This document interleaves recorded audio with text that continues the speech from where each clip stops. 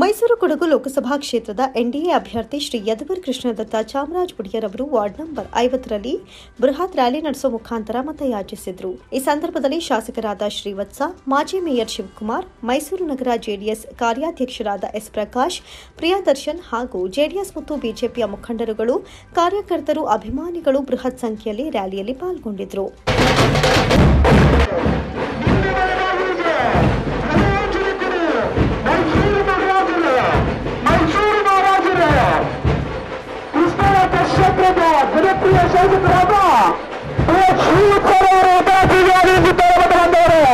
ಮೈಸೂರು ನಗರ JDS ಕಾರ್ಯಾಧ್ಯಕ್ಷ S Prakash, Priyadarshan ದಂಪತಿಗಳು ಯದುವೀರ್ ಕೃಷ್ಣದತ್ತ ಚಾಮರಾಜ ಒಡೆಯರ್ ಹಾಸ್ಯಮಣಿಯ ಮೇಲೆ ನಿಲ್ಲಿಸಿ ಅವರ ಪಾದವನ್ನು ತೊಳೆದು ಮಲ್ಲಿಗೆ ಹೂವಿನ ಮಳೆಗರೆದರು. ಮಹಿಳೆಯರು ಆರತಿ ಬೆಳಗಿದ್ರು. ಈ ಸಂದರ್ಭದಲ್ಲಿ ಶಾಸಕರಾದ ಶ್ರೀವತ್ಸ, ಮಾಜಿ ಮೇಯರ್ ಶಿವಕುಮಾರ್ ಅವರನ್ನ ಗೌರವಿಸಿದ್ದು ವಿಶೇಷವಾಗಿತ್ತು.